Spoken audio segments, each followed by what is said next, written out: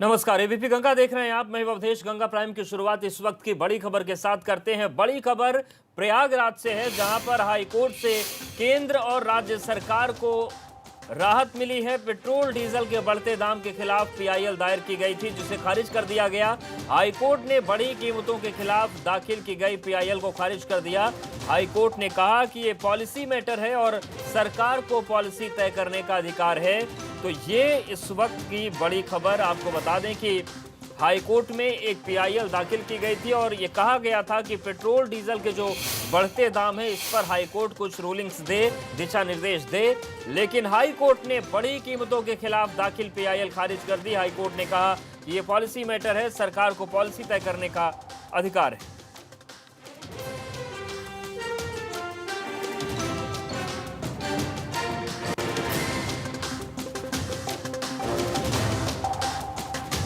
तो इस वक्त की बड़ी खबर आपको बता दें कि पेट्रोल डीजल की बड़ी कीमतों पर जहां राजनीति हो रही है, वहीं एक पीआईएल भी दाखिल की गई थी और हाईकोर्ट से इस पूरे मामले में हस्तक्षेप की मांग की गई थी। लेकिन हाईकोर्ट ने ये पीआईएल खारिज कर दी है और हाईकोर्ट ने साफ कर दिया है कि ये पूरा पॉलिसी मैटर है और सरकार को पॉलिसी तय करने का अधिकार है।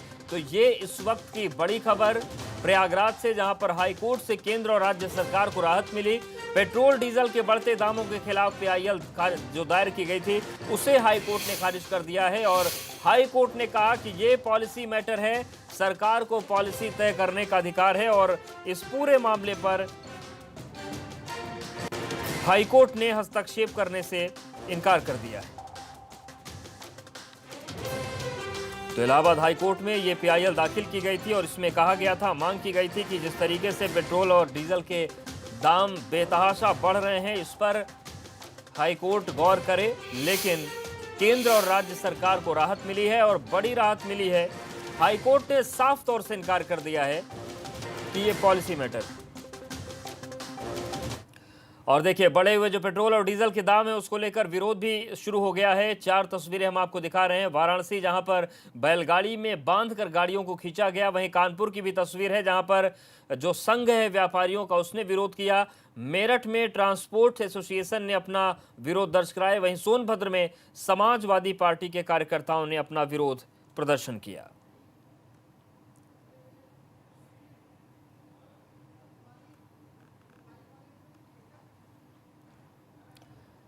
तो 4 तस्वीरें आपको दिखा रहे हैं। दरअसल पेट्रोल और डीजल के दाम में जिस तरीके से बढ़ोतरी हो रही है, उन सब के बीच प्रदेश के कई हिस्सों में आज प्रदर्शन भी हुए। वाराणसी में अनोखा प्रदर्शन देखने को मिला, जहां पर एक बैलगाड़ी में गाड़ियों को बांधकर खींचा गया। वहीं दूसरी तस्वीर कानपुर की है। व्यापार मंडल जो है, व्यापारियों का जो एसोसिएशन है, वो सामने आ गया। मेरठ में ट्रांसपोर्ट जो कारोबारी हैं, उन्होंने अपना विरोध जताया। तो वहीं सोनभद्र में समाजवादी पार्टी के कार्यकर्ताओं ने अपना विरोध प्रदर्शन किया।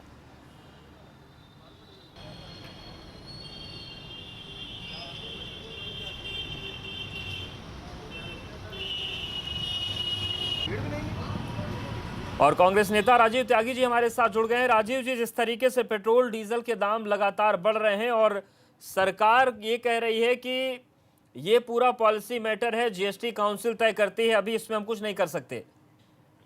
तो सरकार से कृपया ये पूछिए कि क्या जीएसटी के एम्बिट में पेट्रोल डीजल आ गया है? क्या सरकार ने कर दिया है? सरकार झूठ बोल रही है। जीएसटी के एम्बिट में पेट्रोल डीजल नहीं है, पहली बात। दूसरी बात, 72 साल में देश की आजादी के बाद पहली बार ऐसा हुआ है। जो लोग ये कह रहे हैं विकास नहीं हो रहा, उन लोगों को ये देखना चाहिए कितना बढ़िया विकास मोदी जी कर रहे हैं कि डीजल के दाम पेट्रोल से आगे निकल गए। इससे बढ़िया विकास क्या हो सकता है? जो डीजल करीब 10 से 12 रुपए कम हुआ करता था पेट्रोल से, वो पेट्रोल से आगे निकल गया। ये डीजल वही पदार्थ है जिसको किसान इस्तेमाल करता है अपनी आपासी के लिए, अपने अन्य कार्यों के लिए। तो किसान की कॉस्ट प्राइस बढ़ेगी, किसान की कमर टूटेगी, तो मोदी जी के जो उद्योगपति मित्र हैं उसका फायदा उठाएंगे।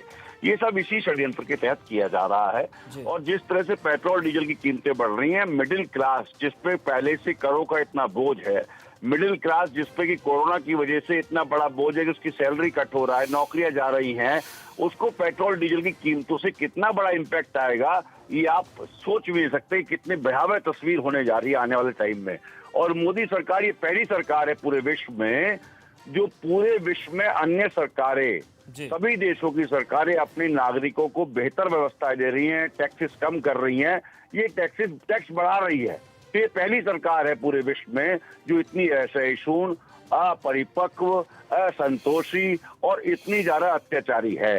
ये अत्याचारी सरकार है कायदे में। शुक्रिया राजीव जी हमसे जुड़ने के लिए। और प्रयागराज से मोहम्मद मोइन हमारे साथ जुड़ गए हैं। मोइन, जिस तरीके से विरोध का दौर तो चल ही रहा है, लेकिन हाईकोर्ट में जो PIL दाखिल की गई थी उसमें हाईकोर्ट ने क्या टिप्पणियां की हैं?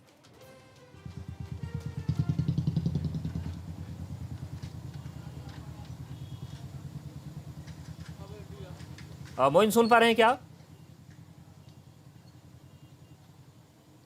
जी बिल्कुल, आपकी आवाज़ मुझे मिल रही जी। है। और मैं ये बता दूं कि इलाहाबाद हाई कोर्ट में जो PIL दाखिल की गई थी वो खारिज कर दी गई है। इलाहाबाद हाई कोर्ट की डिवीज़न बेंच ने आज शाम करीब 6 बजे तक इस मामले में सुनवाई की और सुनवाई करने के बाद जो है इस PIL को खारिज कर दिया। कोर्ट ने साफ तौर पर कहा कि एक पॉलिसी मैटर है और सरकार को पॉलिसी तय करने का पूरा अधिकार है और कोर्ट ऐसे मामलों में सीधे तौर पर कोई दखल नहीं दे सकती है। इसी आधार पर PIL को खारिज कर दिया गया और कहा जा सकता है कि जब पूरे देश में पेट्रोल और डीजल की कीमतें बढ़ाए जाने का विरोध हो रहा है, सरकार चौतरफा घिरी हुई है, ऐसे में इलाहाबाद हाई कोर्ट से सरकार के लिए एक राहत भरी खबर है, क्योंकि इस याचिका में, इस PIL में केंद्र और उत्तर प्रदेश सरकार को पक्षकार बनाया गया था। तो इलाहाबाद हाई कोर्ट ने PIL को खारिज कर दिया है और अदालत ने कहा है कि ये पॉलिसी मैटर है और पॉलिसी तय करने का अधिकार सरकार को है और कोर्ट ऐसे मामलों में सीधे तौर पर कोई दखल नहीं देगी। मोइन, ये भी जानना चाहेंगे कि जो याचिकाकर्ता थे उन्होंने मांग क्या की थी अपनी याचिका में?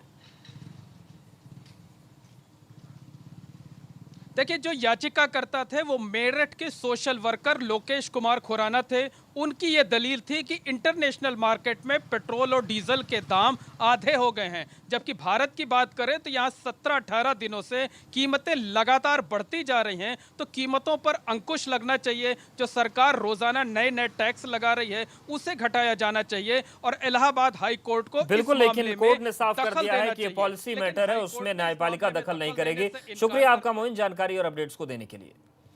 और अब कानपुर की बात करते हैं। व्यापार मंडल ने पेट्रोल और डीजल के दाम में बढ़ोतरी को लेकर केंद्र सरकार पर निशाना साधा है। व्यापार मंडल के सदस्यों ने एक मोटरसाइकिल को अर्थी की तरह फूलमाला से सजाकर सरकार के खिलाफ जमकर नारेबाजी की।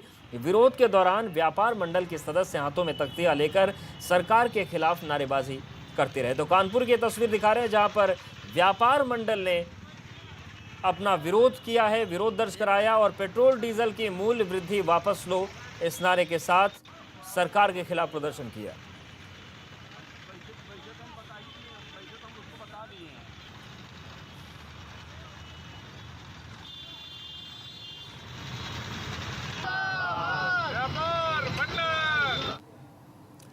और बड़ी खबर कानपुर से है, जहां पर कोरोना के मामले 1000 के आंकड़े को पार कर चुके हैं। 24 घंटे में कोरोना के 30 नए मामले सामने आए और जिले में कोरोना मरीजों की संख्या अब 1023 पहुंच गई है।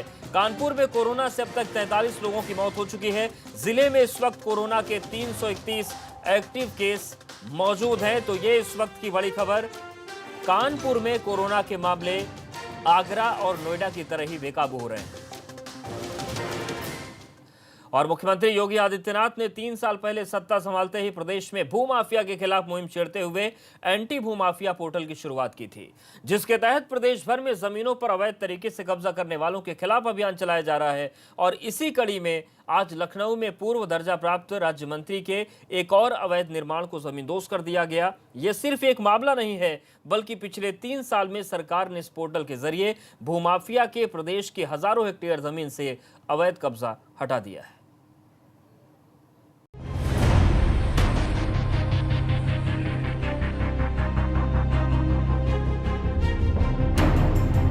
चंद सेकंड में भरभराकर जमींदोज हुई इमारत की ये तस्वीरें राजधानी लखनऊ की हैं।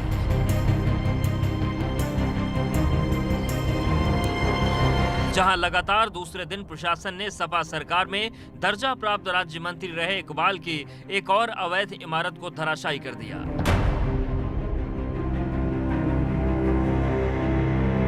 इसके पहले मंगलवार को भी सपा नेता इकबाल के अवैध रूप से बनाए गए डेंटल कॉलेज की इमारत को गिरा दिया गया था।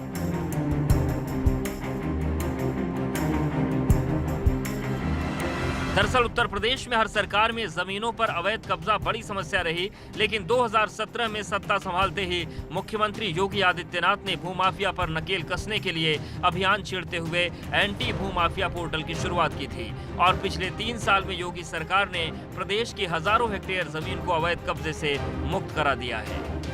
मुख्यमंत्री जी ने काम संभालने के बाद से ही एंटी भूमाफिया अभियान छेड़ा था और उसके तहत हजारों एकड़, हजारों हेक्टेयर ज़मीन भूमाफियाओं के कब्जे से खाली कराई गई।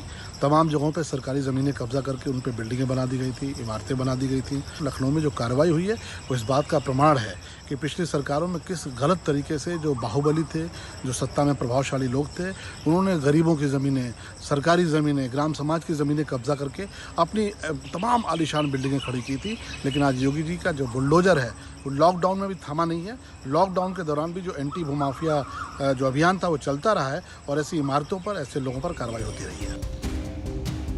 पिछले 3 सालों में एंटी भूमाफिया पोर्टल पर कुल 2,80,518 शिकायतें आईं, जिसमें से 2,79,000 से ज्यादा शिकायतों का निस्तारण हो चुका है और प्रदेश में कुल 69,619 हेक्टेयर भूमि से अवैध कब्जा हटाया जा चुका है। एंटी भूमाफिया पोर्टल की शिकायतों के आधार पर पूरे प्रदेश में 2,084 लोगों को भूमाफिया के रूप में चिन्हित किया गया है, जबकि 181 भूमाफिया को जेल भेजा गया और 69 भूमाफिया के खिलाफ गैंगस्टर एक्ट, जबकि 4 भूमाफिया पर NSA के तहत कार्रवाई की गई है। कैसे ये पूरा जो पोर्टल है वो काम करता है, कैसे आप शिकायत कर सकते हैं, ये आपको हम बताते हैं। आप यहाँ पर गूगल पे सीधे से टाइप कर सकते हैं UPNT भूमाफिया पोर्टल और ये देखिए ये सीधे आ गया। इसको जो जन सुनवाई पोर्टल है सरकार का उससे संबद्ध किया गया। यहाँ आप जाइए, एंटी भूमाफिया पोर्टल, भूमि पर अवैध कब्जे की शिकायत। बहुत आसान है, भूमाफियाओं के लिए पूरा लिखा हुआ है किस तरह की शिकायत कर सकते हैं, कैसे चिन्हित होंगे। देखिए शासनादेश लिखा हुआ है 1 मई 2017, यानी 1 मई 2017 को जो शासनादेश सरकार ने जारी किया उसके बाद ये पोर्टल तैयार हुआ। सीधे आप यहाँ जाते हैं, शिकायत पंजीकरण, यानी आप अपनी कंप्लेन को रजिस्टर करा सकते हैं। ऑनलाइन पंजीकरण पोर्टल है। मोबाइल नंबर आपने डाला, अगर हम यहाँ पर अपना मोबाइल नंबर डालें तो उसको आप डालेंगे, अपना ईमेल आईडी आप डालेंगे, उसके बाद ये जो कुछ कैप्च हैं उसे आप डालेंगे और फिर OTP भेजेंगे, वो आपके इसी मोबाइल नंबर पर आ जाता है और उसके बाद फिर एक पूरा पेज खुल जाता है जिस पर आप पूरी शिकायत कर सकते हैं। की खाली बात करें तो पिछले 10 दिनों में तकरीबन 123 हेक्टेयर लैंड जो है वो अवैध कब्जे से मुक्त कराई गई है। कल भी जिस तरीके से बुलडोजर चला है पूर्व दर्जा प्राप्त राज्य मंत्री के यहाँ, और उसकी जो कीमत तकरीबन बताई जा रही है वो 184 करोड़ के आसपास बताई जा रही। तो ये जो पोर्टल है ये लगातार कहीं ना कहीं मदद कर रहा है। जाहिर है अपने रसूख के दम पर तमाम जमीनों पर अवैध कब्जा करने वाले रसूखदार अब सरकार के इस एक्शन से घबराए हुए हैं और इनके खिलाफ कार्रवाई करके योगी सरकार ने यह संदेश साफ दे दिया है कि कोई कितना भी ताकतवर क्यों न हो, अगर उसने अवैध जमीन पर कब्जा किया है तो सरकार उसे बख्शने के मूड में बिल्कुल नहीं है। ABP गंगा के लिए लखनऊ से अनुभव शुक्ला की रिपोर्ट। लखनऊ में एंटी भूमाफिया पोर्टल पर मिली शिकायत के बाद अवैध निर्माण के खिलाफ कार्रवाई हो गई, लेकिन गाजीपुर में शिकायत के बावजूद अधिकारी अवैध कब्जे के खिलाफ कार्रवाई नहीं कर रहे हैं। मामला गाजीपुर के सेवराई तहसील के नक्सर नेवाजू राय गांव का है, जहां पर ग्राम सभा की 8 से 9 बीघा जमीन बने पूरे तालाब पर कई साल से भूमाफिया ने कब्जा कर रखा है, जिसके चलते तालाब 9 बीघे से सिमट कर 2-3 बीघे का ही रह गया। तालाब के आसपास रह रहे लोगों ने कई साल से अतिक्रमण वो करते जा रहे हैं। कुछ जागरूक ग्रामीणों ने इसकी शिकायत तहसीलदार और उप जिलाधिकारी सेवराई से भी की, लेकिन जिला प्रशासन की तरफ से तालाब पर हो रहे अतिक्रमण पर अब तक कोई कार्रवाई नहीं की गई और अब जिला प्रशासन की सुस्ती को लेकर ग्रामीणों में भारी नाराजगी है। फिलहाल जब मामले में DM ओम प्रकाश आर्य से बात की गई तो उन्होंने मामले का संज्ञान लेते हुए आगे की कार्रवाई करने की बात कही है। तब इसमें एक गंदी राजनीति है, वोट के चक्कर में लोग कब्जा कराते गए, कोई विरोध नहीं किया। जब विरोध हुआ तब तक पक्के मकान बन गए। 2010 में हम आए तो मैं सोचा कि जितना हो उतना उसका जीर्णोद्धार कर दिया जाए, लेकिन उस पर भी लोग कभी रात को कभी दिन में माटी गिराते गए। तो जो कब्जे किए हैं उसमें कुछ लोग तो तैयार हैं कि हाँ भैया पोखरे का मतलब कुछ उद्धार हो जाए, लेकिन दूसरे लोग हैं ऐसे जो अधिकारियों तक फ़ोन करा के नेताओं से और रुकवा देते हैं। देखिए, हमने जनपद के सभी चकमार्ग और सार्वजनिक उपयोग के भूमियों का चिन्हांकन करा लिया है और मनरेगा श्रमिकों के माध्यम से उन सभी चकमार्गों को या जो भी सार्वजनिक उपयोग की भूमियाँ हैं उनको हम लोग ठीक करा रहे हैं और अतिक्रमण मुक्त करा रहे हैं। जिस गांव का आप जिक्र कर रहे हैं उसके लिए भी मैंने निर्देश दिए और आने वाले कुछ दिनों में वहाँ भी अतिक्रमण हटा करके और उस तालाब को और गहरा करके सुरक्षित कर दिया जाएगा। और बड़ी खबर लखनऊ से है। इस साल हज यात्रा नहीं होगी, अल्पसंख्यक कल्याण मंत्री ने जानकारी दी है। सऊदी अरब ने विदेशियों को इजाजत देने से इनकार कर दिया है। जायरीनों का पूरा पैसा बैंक अकाउंट में वापस किया जाएगा। तो ये इस वक्त की अहम खबर है। इस बार हज नहीं होगा, खास करके हिंदुस्तान से जाने वाले आज़मीन के लिए अच्छी खबर नहीं है, क्योंकि भारत में हमारे पास जो सूचना आई है सऊदी अरब सरकार की तरफ से, उन्होंने साफ कर दिया है कि इस बार बाहर से जाने वाले लोग हज पे नहीं जा सकेंगे। और खास करके जो हिंदुस्तान से लगभग 2 लाख आज़मीन जाया करते थे हर साल, वो इस बार हज पर नहीं जा सकेंगे, क्योंकि सऊदी अरब सरकार ने पूरी तरीके से अपने यहाँ इस बार बाहर से आने वाले आज़मीन पर रोक लगा दी है। और ये भी कहा है कि जो हिंदुस्तानी या पाकिस्तानी या बांग्लादेशी या और भी दूसरे मुल्कों से वहां पर रहने वाले, काम करने वाले, लॉकडाउन में रुके हुए तमाम मुस्लिम समाज के लोग हैं, अगर वो हज करना चाहेंगे तो उनके लिए वो व्यवस्था करेंगे। हज के दौरान उनको सोशल डिस्टेंसिंग मेंटेन करते हुए हज कराएंगे, लेकिन बाहर से, विदेशों से जाने वाले लोगों के लिए इस बार हज नहीं। और पड़ोसी देश नेपाल के साथ सीमा को लेकर चल रहे विवाद के बीच इन दिनों श्रावस्ती में भारत नेपाल सीमा पर लगे पिलर गायब होने का मामला सामने आया। श्रावस्ती उत्तर प्रदेश का सीमावर्ती जिला है, जिसकी सरहदें पड़ोसी देश नेपाल से लगती हैं और नेपाल भारत के बीच सीमाएं खुली हुई हैं, जिसे निर्धारित करने के लिए पिलर लगे हैं। लेकिन पिछले कुछ वक्त से नेपाल सीमा पर लगे ये पिलर गायब होते जा रहे हैं, जो देश की सुरक्षा के लिए बड़ा खतरा बनता जा रहा है। जिले में अब तक भारत नेपाल सीमा पर लगे करीब 2 दर्जन पिलर क्षतिग्रस्त हो चुके हैं, जबकि 7 पिलर गायब भी हो चुके हैं। पिलर गायब होने की वजह से सीमा पर नो मैंस लैंड का पता नहीं चलने से हालात और गंभीर हो गए।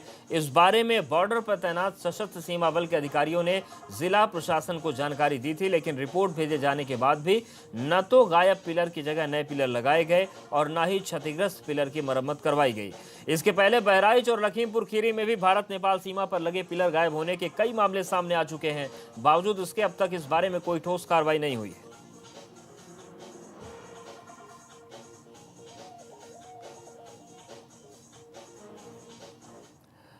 और यहां पर वक्त एक छोटे से ब्रेक का है।